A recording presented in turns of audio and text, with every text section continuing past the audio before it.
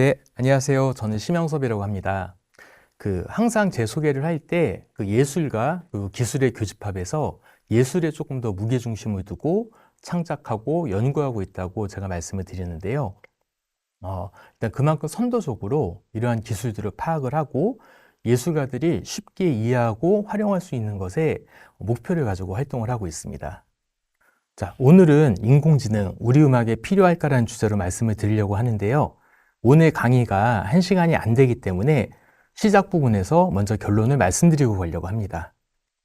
일단 음악하는 사람들 중에서 인공지능을 한 번도 사용해보지 않은 사람은 있지만 한 번만 사용해본 사람은 없을 거라고 생각을 합니다.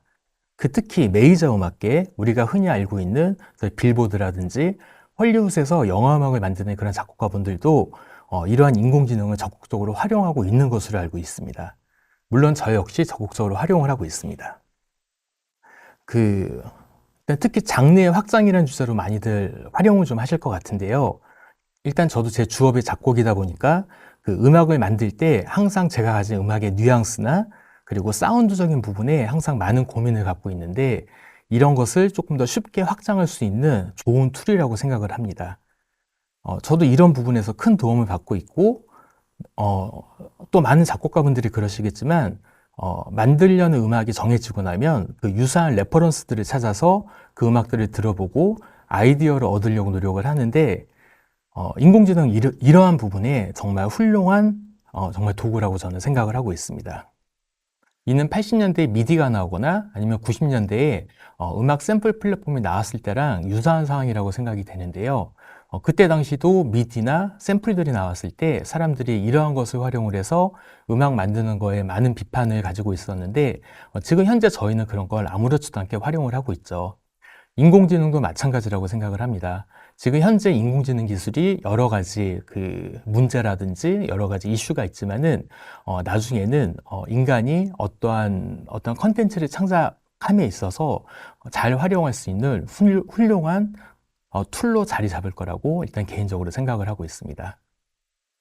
일단 오늘 강의에서는 이러한 인공지능이 어떻게 구성이 되어 있고 우리가 창작을 하려고 할 때 이러한 인공지능이 어떤 모델 그리고 실제로 작업에서 어떻게 활용되는지 이런 것들을 준비했습니다. 오늘 강의가 여러분들이 인공지능을 좀 더 쉽게 이해를 하고 인공지능을 활용해서 어떠한 컨텐츠를 만드는데 정말 많은 도움이 되었으면 좋겠다는 마음으로 지금 강의를 시작하겠습니다. 네, 이제 수업으로 돌아와 보겠습니다. 자, 오늘의 주제는 인공지능, 우리 음악에 필요할까라는 주제로 말씀을 드려보겠습니다. 자, 일단 그러기 위해서는 인공지능이 어떤 건지 우리가 좀 알고 넘어가야 될 필요가 있는데요. 일단 인공지능은 사람처럼 생각하고 학습하는 컴퓨터 프로그램이다 라고 생각을 하시면 됩니다. 우리가 프로그램이라고 얘기를 하는데 사람이 생각하고 말하는 것처럼 인공지능이 생각하고 말하는 건 아니고요. 인공지능이 워낙에 빠르게 연산을 해서 이 사람이 뭔가를 얘기를 할 때 이 사람이 어떤 얘기를 하겠구나라고 미리 예측을 하고 거기에 맞는 연산을 하는 겁니다. 사람과 같은 어떤 것이라고 느끼게 되는데 실제로 인공지능은 사람처럼 생각하고 학습하는 그냥 일종의 컴퓨터 프로그램이다 라고 인식을 하시면 좋습니다.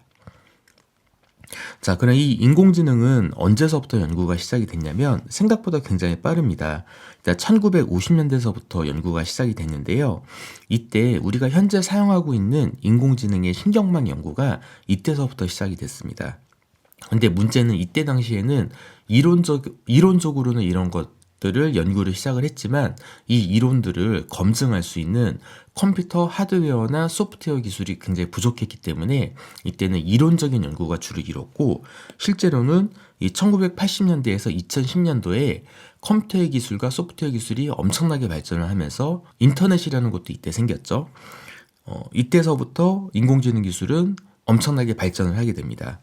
자, 그리고 이러한 인공지능 기술은 현대로 넘어오면서 일단 딥러닝 기술까지 발전을 하면서 우리가 예전에는 인공지능이라고 생각을 할 수 있었던 것들이 이게 인공지능이 아니고 진짜 사람 아닌가 싶을 정도로 이 인공지능 기술이 굉장히 고도화되었습니다. 자, 우리가 인공지능 기술을 얘기할 때 항상 머신러닝이라는 얘기가 나오고 이렇게 딥러닝이라는 얘기가 나오는데 이 내용도 간단하게 체크를 좀 해드리면 머신러닝은 AI의 하위 분야고 컴퓨터에게 데이터를 주고 스스로 학습을 하게 만드는 방법입니다. 수만 장의 고양이 사진을 보여주면서 이렇게 고양이 사진을 구분하게 만드는 것, 이런 것들이 머신러닝이라고 생각하면 되고요. 그리고 딥러닝은 이 머신러닝 중에서도 조금 더 발전된 방식이라고 생각을 하시면 됩니다. 특히 딥러닝은 인간의 뇌 신경망을 모방을 해서 더욱더 복잡하고 어려운 문제를 해결할 수가 있습니다. 그래서 이러한 기술을 사용한 것들이 우리가 현재 쓰고 있는 일단 챗GPT, 모델은 물론 트랜스포머 모델을 쓰고 있지만 일단 기본적으로 이러한 신경망에 기반을 해서 모델이 만들어진다라고 생각을 하시면 됩니다. 자, 지금 보시는 이미지는 인공신경망에 대한 이미지인데요. 일단 왼쪽에 있는 이미지와 오른쪽에 있는 이미지가 조금 다르죠. 그 안에 들어있는 히든 레이어라는 게 그 숫자가 다릅니다. 일단 원래 인공지능을 처음에 연구할 때 이제 앞에 이렇게 인풋이 있고 이 뒤에 이렇게 아웃풋이 있는데 그 예전에는 인공지능 연구할 때 이 인풋에다가 뭐 1 더하기 1, 뭐 1 더하기 2, 1 더하기 3 이런 식으로 어떤 입력값을 넣으면 여기서 계산을 해서 뭐 2, 3, 4 이렇게 답변이 나오는 게 정상인데 이게 답변이 잘 나오지가 않더라고요. 이상한 답을 얘기하기도 하고 그리고 뭐 아예 답변을 못하기도 하고 이러한 문제점이 많이 있었습니다. 그래서 인공지능을 연구하는 학자분들이 그냥 이 히든 레이어를 여러 개 만들어 갖고 좀 더 사람처럼 복잡하게 생각을 하면 이게 혹시 가능하지 않을까라고 생각을 하게 됐고 실제로 그렇게 해봤더니 진짜 사람이 막 계산하고 생각하는 것처럼 그리고 이러한 수학적인 답변도 굉장히 정확하게 나온다는 걸 일단 발견을 하게 됩니다. 자, 그래서 혹시 인공지능에 관심이 있으신 분들 중에서 그 수학자하고 비교한 이런 얘기들을 많이 들어보셨을 텐데요. 그 어떤 문제를 풀기 위해서 그러니까 어려운 문제는 아닙니다. 뭐 1 더하기 1, 방금 보신 것처럼 1 더하기 1, 뭐 2 더하기 2, 3 더하기 3 이런 문제 만약에 우리가 첫 문제를 푼다고 했을 때 일단 교수님 한 분이랑 자 그리고 초등학생 1000명이랑 이렇게 붙었을 때 누가 더 빨리 풀겠습니까? 그 당연히 초등학생 이 1000명이 빨리 풀겠죠. 그래서 여기 히든 레이어의 이런 매개 변수 하나하나가 많으면 많을수록 훨씬 더 연산을 빨리 하고 이 연산 자체는 어려운 게 아니니까 많은 연산을 빨리 하는 거. 이 기능이 인공신경망 연구, 특히 인공지능 연구에서 굉장히 중요한 부분을 차지한다라는 걸 알게 됐고 그래서 이 역할을 하는 게 아까 보셨던 일단 GPU라는 장비입니다. 자, 지금 보시는 이미지는 방금 말씀드렸던 그 인공신경망을 왼쪽에 있는 거는 실제 인간의 뇌에 있는 뉴런 세포. 이런 뉴런 세포가 우리 뇌에는 1천억 개 정도 존재하고 거의 100조 개로 연결이 되어 있다고 합니다. 근데 이런 뉴런 세포들을 우리가 아까 보셨던 그 인공신경망으로 구성을 했을 때 이런 식으로 구성해서 사람의 뇌를 인공지능도 따라해서 연산하고 무언가 데이터를 도출을 하는 거죠.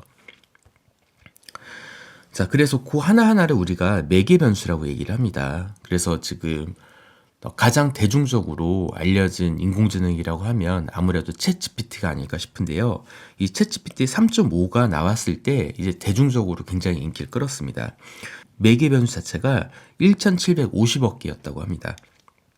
자, 그리고 이게 약간 옛날 자료긴 한데 그 이후 지금 뭐 챗GPT 4가 나오기 전 자료긴 합니다. 요때 당시는 챗GPT 4에서 이 매개 변수가 1조 개를 넘을 거라고도 얘기를 했고 뭐 그 뒤로 4.5 버전이 나와서 현재 우리가 쓰고 있지만 실제 오픈 AI에서 이 매개 변수가 몇 개까지 연결되어 있는지는 아직 공식적으로 얘기한 바는 없지만은 현재는 1조 개가 넘은 걸로 예측을 하고 있다고 합니다. 예측을 하고 있고 아까 말씀드렸다시피 우리의 뇌는 거의 100조 개로 연결이 되어 있다. 그리고 현재 인공지능 발전 속도로 보면은 앞으로 정말 5년, 10년 안에는 사람의 뇌를 뛰어넘는 인공지능이 나온다라고 그렇게 학자들이 예측을 하고 있습니다. 자, 지금 보실 영상은 인공신경망을 활용을 해서 어떻게 인공지능이 문제를 해결하는지를 이렇게 이미지로 만들어 놓은 겁니다.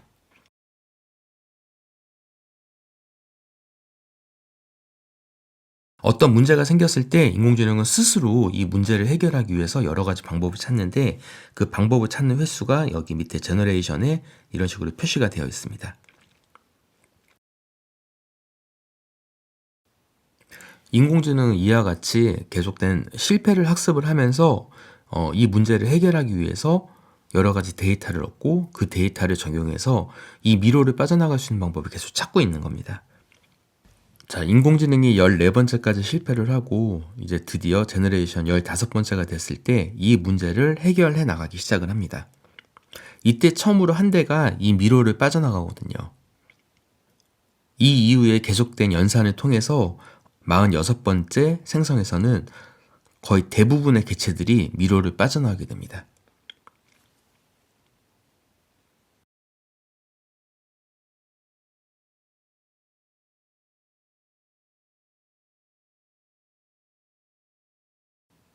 자, 이 기사는 2023년도 6월 4일 기사인데요. 이때 이제 챗GPT가 나온 지 얼마 안 된 시점입니다.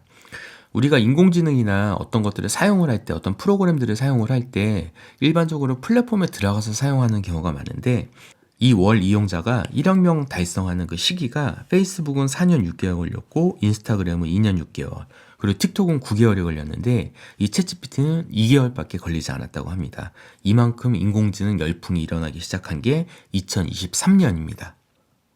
앞에서 제가 이 컴퓨터의 하드웨어와 소프트웨어 기술이 부족했기 때문에 인공지능 기술이 빨리 발전을 못했다고 했는데 이제 그 내용에 대해서 간단하게 예시를 할 수 있는 이미지입니다. 위에 있는 이 이미지가 5MB짜리 하드디스크고 요 밑에 있는 게 지금 현재 우리가 쓰고 있는 1TB짜리 마이크로 SSD 카드입니다. 이 크기 자체가 엄청나죠.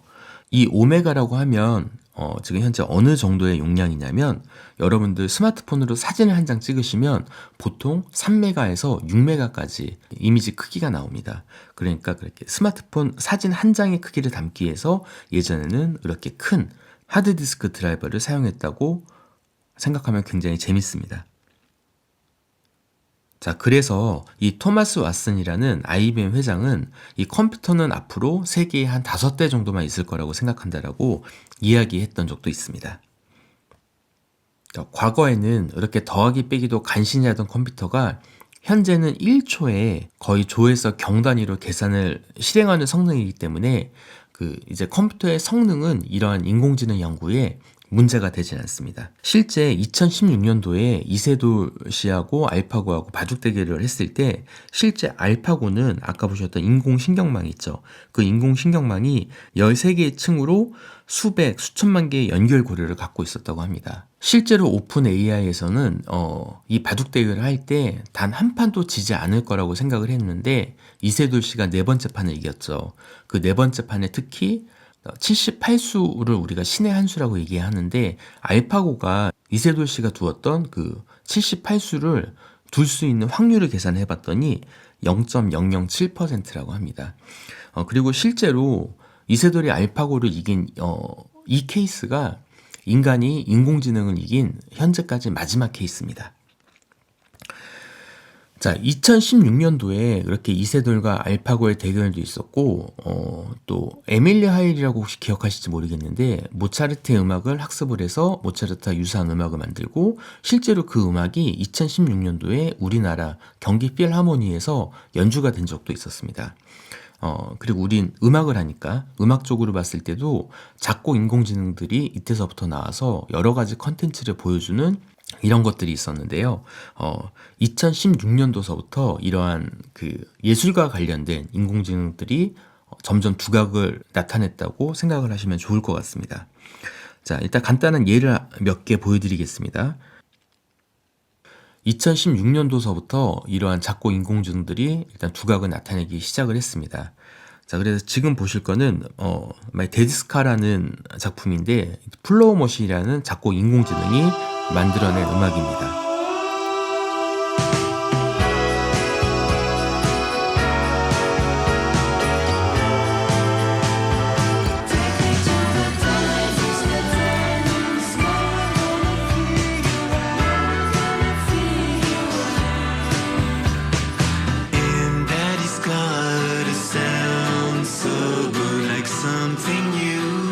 It turns me on. Good day, sunshine in the backseat. God, I wish that road could never stop.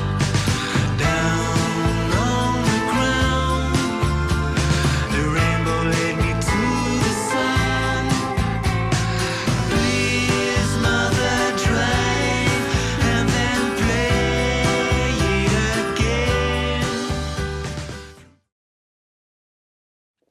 자, 한 곡 더 들어보겠습니다. It's summer sinking, the cattle go down. It's rattling those wings around, those wings around. It's time, it's summer sinking, the cattle go down. It's rattling those wings around, those wings around. It's time, the wings, just wings around. Wings in those wings around.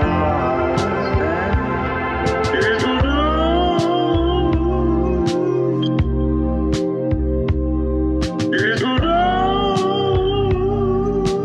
It's summer sinking, go down. It go down. It's summer sinking, summer sinking, it's summer sinking, go down. 자, 지금 보신 두 작품 모두 2016년도에 발표가 되었던 작품들인데요. 앞에 있던 거는 이 플러모션이 비틀즈의 음악을 학습을 하고 그와 유사한 음악을 만들어낸 거고, 자, 조금 전에 보신 거는 엘비스 프레슬리의 음악을 학습을 하고 이제 그와 유사한 음악을 만들어낸 일단 컨텐츠입니다. 이렇듯 인공지능이 인간의 음악을 학습을 해서 그와 유사한 컨텐츠를 만들어내는 그 과정을 이미지로 좀 만들어 봤는데요. 인공지능이 인간의 음악에서 어떤 패턴으로 만들어졌는지 먼저 분석을 하고 그 패턴을 가져와서 새롭게 멜로디를 생성을 해서 음악을 만드는 과정을 보여주고 있습니다.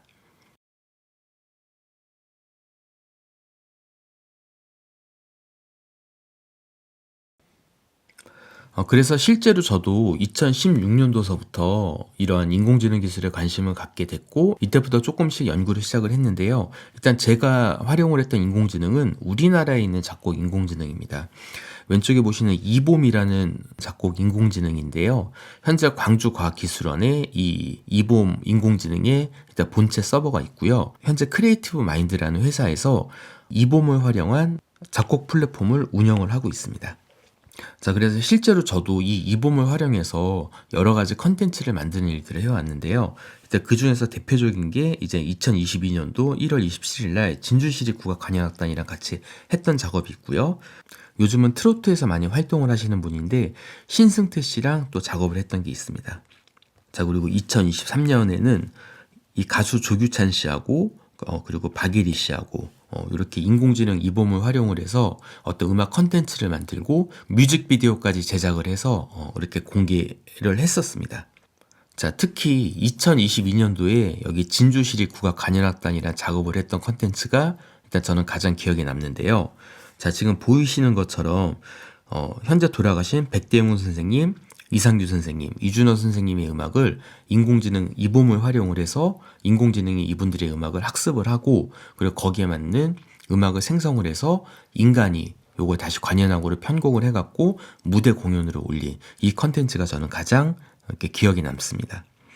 이때 당시만 해도 지금 우리가 사용하는 수노같이 인공지능이 처음부터 끝까지 모든 음악을 만들어주는 게 아니라 4마디에서 8마디 기준으로 음악을 생성을 해주면 사람이 그거를 직접 듣고 전부 다 편집을 하고 구성을 다시 만들어서 그거를 관현악으로 편곡하는 인간의 개입이 무조건 필수적이었습니다. 자, 그 중에서 이준원 선생님의 또 한 번의 축제라는 곡을 일단 제가 작업을 했는데요. 이때 인공지능이 학습시킨 곡들은 국악관현악판, 소금협주곡 길, 풍양, 그리고 축제 이런 것들을 학습을 시켜서 4마디에서 8마디 기준의 음악을 생성을 받고 이걸 제가 다시 일단 구성을 만들고 국악관현악으로 편곡을 해서 무대로 올린 공연입니다. 실제 이때 생성했던 멜로디를 몇 개 들려드릴 텐데 이 멜로디를 들어보시면 이때 당시에 인공지능이 어느 정도 수준에서 음악을 생성했는지 아실 수 있을 것 같습니다.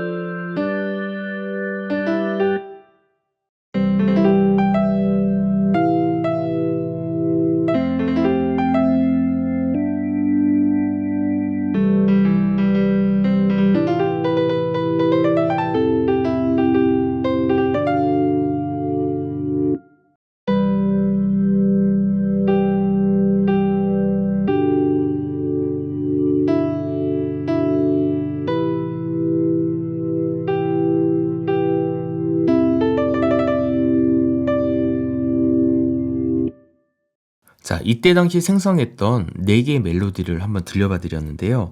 이준호 선생님의 음악을 학습을 하고 생성된 멜로디여서 그런지 아니면 느낌적인 건지는 모르겠지만 실제 이준호 선생님의 느낌이 묻어있다고 저는 생각을 했습니다.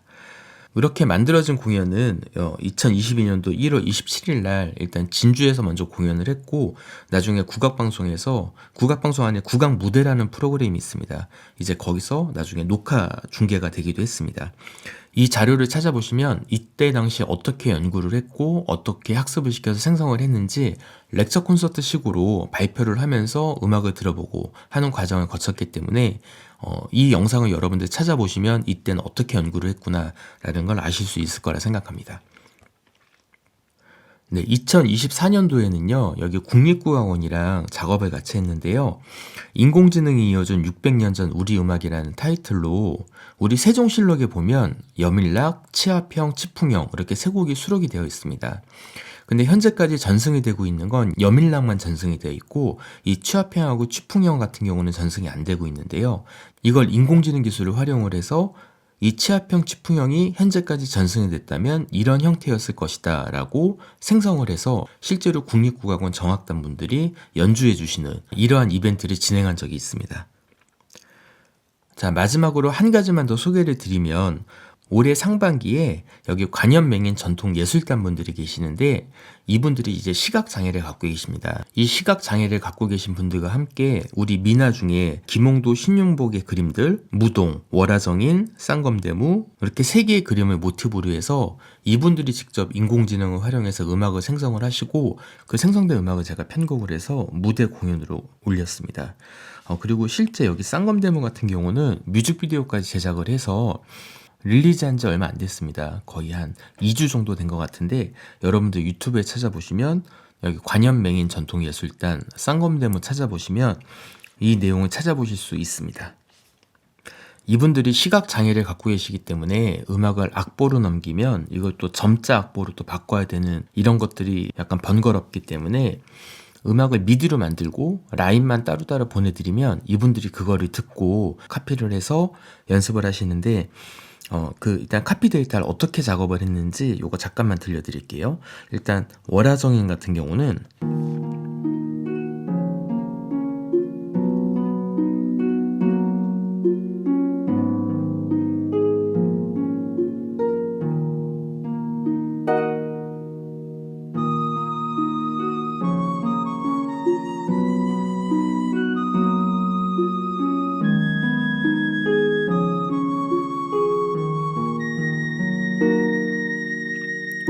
이런 식으로 미디로 만들어 갖고 이분들한테 제공을 해드리면 이분들이 이걸 듣고 연습을 합니다. 이 부분에서 제가 좀 말씀을 드리고 싶은 게 우리 국악기는 우리가 가상악기라고 얘기를 하죠. 이런 VSTI가 쓸만한 게 사실 없습니다. 상업적으로 쓸만한 게. 그러니까 이런 식으로 약간 레퍼런스 가이드로 만들어서 뭐 보내드릴 수 있는 용도로는 쓸 수가 있는데 실제로 미디 이 가상악기를 활용을 해서 음악을 만들고 이거를 상업적으로 사용할 만한 이런 가상악기들이 없는 현실을 여러분들도 좀 알고 계시면 좋을 것 같습니다.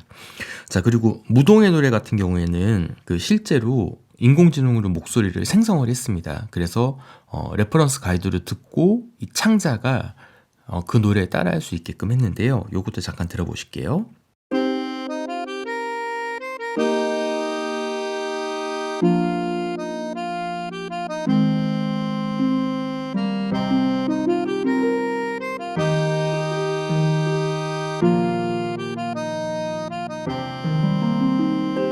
곤냉기 날리면 발끝에 꽃이 피네 장단 위에 올라 하늘로 날아가네 손끝이 네, 지금 무동의 노래 같은 경우에는 이렇게 진짜 사람이 부른 것 같이 요즘은 인공지능으로 이 목소리를 생성을 해낼 수가 있는데 이걸 하기 위해선 요즘은 수노로 그냥 다이렉트로 생성을 해서 거기서 이제 MR 제거를 하고 이제 보컬 소스를 갖고 에디팅하는 경우가 하나가 있고요.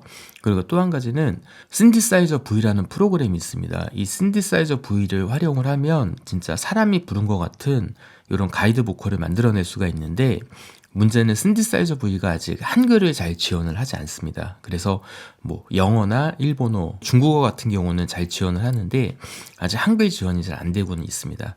근데 어쨌든 신디사이저 V도 많이들 사용을 하고 있습니다. 그리고 맨 밑에 있는 쌍검 데모 같은 경우도 전부 다 가상악기를 활용을 해서 레퍼런스 가이드를 만들어서 넘겨드렸습니다. 이 긴급히 뮤직비디오 제작 요청을 받았습니다. 대전입니다. 촬영은 바로 다음 날 대학생들과 함께 대학교 장비와 시설을 활용 10인의 국악 연주자가 참여한 실로암 관현 맹인전통 예술단의 뮤직비디오를 촬영하게 되었습니다. 촬영 시간은 4시간. 과연 어떻게 나왔을까요? 5, 4, 3, 2, 1, 0.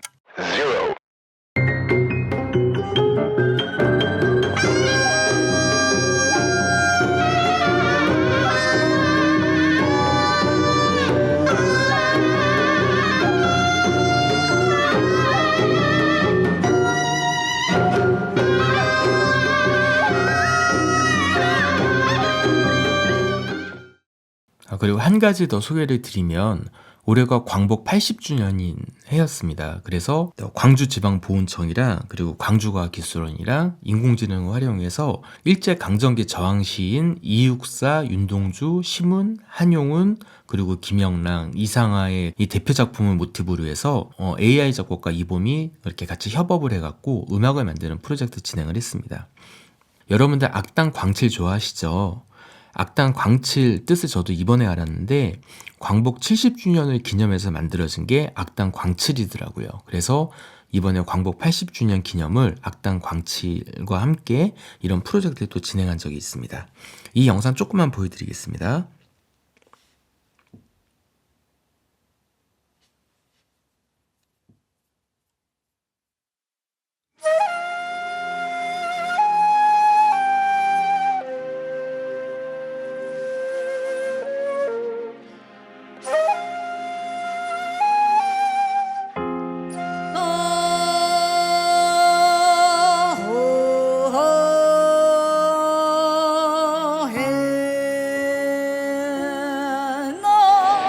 별 하나 스쳐가는 바람에 마음 아파 돌아보는 길은 멀고 이 내 가슴엔 독하나 떠난 님 그림자 따라 침묵 속에 머물면서 봄이 올까 둔 끝에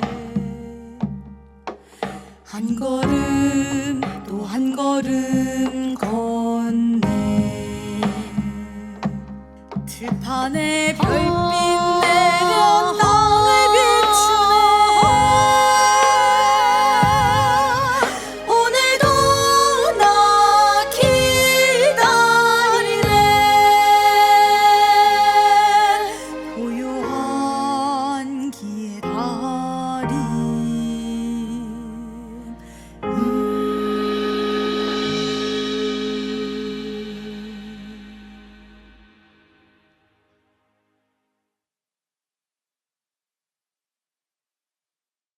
올해는 인공지능을 활용해서 이러한 작업들을 진행을 했습니다. 이러한 작업들을 할 때 제가 정말 유용하게 활용한 인공지능 플랫폼이 있어서 소개를 잠깐 시켜드리려고 하는데, 여러분들이 지금 보이시는 모이세스하고 일단 코드 AI라는 이런 앱이 있습니다. 이게 너무 좋은 게 뭐냐면, 일단 제가 여러 가지 작업들을 할 때, 뭐 특히 이렇게 국악방송이랑 같이 작업을 할 때는 음악을 카피해야 되는 경우가 있습니다. 음악을 카피할 때 물론 멜로디도 카피를 해야 되지만 그 음악이 어떤 코드로 구성되어 있는지 알기 위해서 많은 시간을 이제 걷다 투자를 해야 되는데, 여기 있는 모이세스하고 코드 AI 같은 경우는 음악을 넣으면 바로 코드를 따줍니다. 어떤 조에 어떤 코드의 음악인지 알려주기 때문에 이러한 작업들을 할 때 정말 시간을 크게 단축시킬 수 있는 앱 2개를 소개를 시켜드리고 싶었습니다. 이 모이세스 같은 경우는 이제 제가 알고 있는 초등학교 선생님께서 하신 말씀인데, 음악 수업 시간에 학생들이 음악을 인공지능으로 만들고 보컬 분리를 여기서 시켜서 그 자기 친구들 앞에서 자기가 만든 음악을 이렇게 직접 불러보는 이런 것도 수업에서 활용을 하신다고 합니다. 인공지능 기술이 정말 많이 발전을 했습니다. 그래서 제가 예전에 작업했을 때는 정말 음악의 부분만 생성을 해줬다면 음악 전체 완곡을 그냥 바로바로 생성을 해주는데, 이때 우리가 또 알아야 될 기술이 IVC 기술과 우리가 TTS 기술인데요. 일단 IVC는 Retrieval Based Voice Conversion이라고 해서 음성 기반으로 학습을 해서 요거 다시 생성을 해내는 기술이고요. 그리고 그 밑에 있는 TTS 기술은 워드로 어떤 글을 쓰면 이거를 바로 그냥 음성으로 바꿔주는 기술입니다. 이거를 우리가 지금 음악에도 많이 활용을 하고 있는데요. 그 간단한 예를 몇 가지 알려드릴게요. 우선 RVC 같은 경우는 요즘 이렇게 플랫폼으로 바로 우리 일정 금액을 내면 바로 쓸 수 있는 플랫폼들 있는데, RVC 자체는 여기 허깅 페이스에 들어가시면 RVC 프로그램을 무료로 다운받아서 사용을 할 수가 있습니다. 근데 아까도 말씀드렸다시피 이런 인공지능을 활용할 때는 항상 GPU가 중요합니다. 그래서 다운을 받으실 때 RVC 모델은 다 똑같은데 여러분들이 사용하고 있는 컴퓨터에 어떤 그래픽 카드가 설치가 되어 있는지 일단 그거를 확인하시고 사용을 할 수가 있습니다. 저는 가끔 플랫폼도 활용을 하지만 간단한 것들은 이렇게 제 컴퓨터에 RVC를 설치를 해놓고 이렇게 음성 변환 같은 거를 많이 하고 있습니다. 일단 그 예를 하나 말씀을 드리겠습니다. 예시를 하나 말씀을 드리면, 일단 제가 만든 음악 중에서 이렇게 대중적으로 좀 많이 알려진 곡이 난감하네란 음악이 있는데요. 이 음악의 스탬 파일을 저는 가지고 있습니다. 그래서 이 앨범을 만들 때 처음에 조엘라 씨가 노래를 불러주셨는데, 이 조엘라 씨의 목소리를 아이유 씨의 목소리로 한번 바꿔보는 걸 한번 해봤습니다. 그래서 원본 데이터 먼저 남의 들어보시면, 용왕 우연 득병하여 아무리 약을 써도 백약이 무여라. 이때 용왕 꿈에 신령 나타나 토끼간이 제약이라 일러주니 이 말 들은 용왕 별주부에게 명하기를 토끼를 잡아오너라 허니 이 말 들은 별주부 말하기를 난감하네 난감하네. 네, 이렇게 원본 데이터를 갖고 와서 RVC에다 넣고 아이유 씨의 목소리 데이터 갖고 와서 합성을 시키면 이런 식으로 바뀝니다. 남의 용왕 우연 득병하여 아무리 약을 써도 백약이 무여라.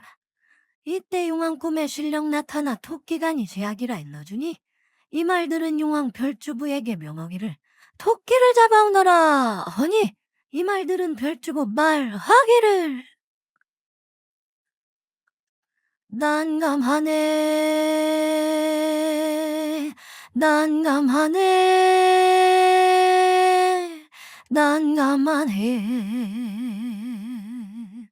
난감하네. 이렇게 목소리를 변환을 시킬 수가 있는데요. 이거는 제가 어떤 플랫폼 들어가서 작업을 한 게 아니라 아까 보여드린 것처럼 RVC를 다운을 받아서 제 컴퓨터에서 엘라 씨 목소리를 그 아이유 씨 목소리로 이렇게 변환을 시켜서 만들어진 결과물입니다. 이거를 실제로 제가 만들었던 약간 펑키한 난감한 MR에 섞으면 이런 식의 결과물을 만들어낼 수가 있습니다.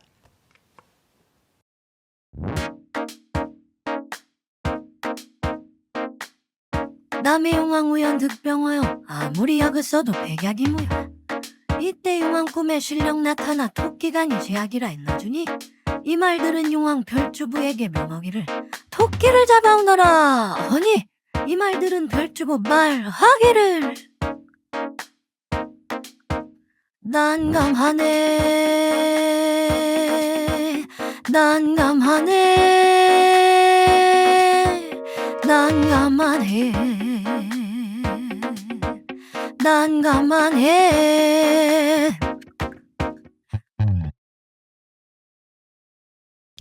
네, 이런 식으로 작업 결과를 만들 수가 있었고요. 이 작업을 잠깐 하다 보니까 약간 궁금증이 생긴 게, 그럼 우리 전통 음악을 이렇게 아이유 씨 목소리로 바꾸면 어떤 결과물이 나올까가 궁금해서 그 작업을 해봤는데, 제가 올 초에 안 그래도 서도민요 하시는 분이랑 그 음반 작업을 하나 한 게 있어서 그 목소리를 한번 바꿔서 이렇게 생성을 해봤습니다. 자, 안주 애연성인데요. 안주 애연성에서 그 선생님 목소리하고 아이유 목소리를 바꿔서 이런 컨텐츠를 한번 만들어 봤습니다.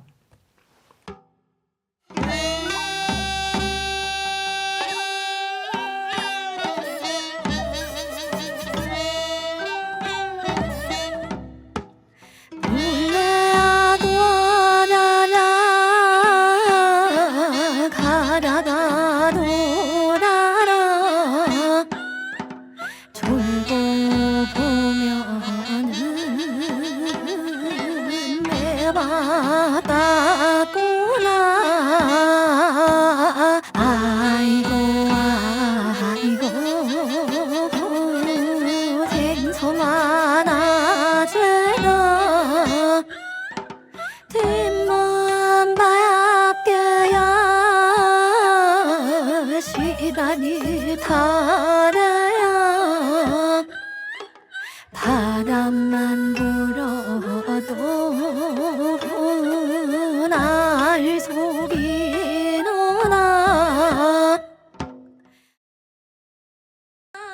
자, 서도민요 하시는 분들은 잘 아시겠지만 이렇게 서도민요 특히 약간 꺾는 목 같은 거 있지 않습니까?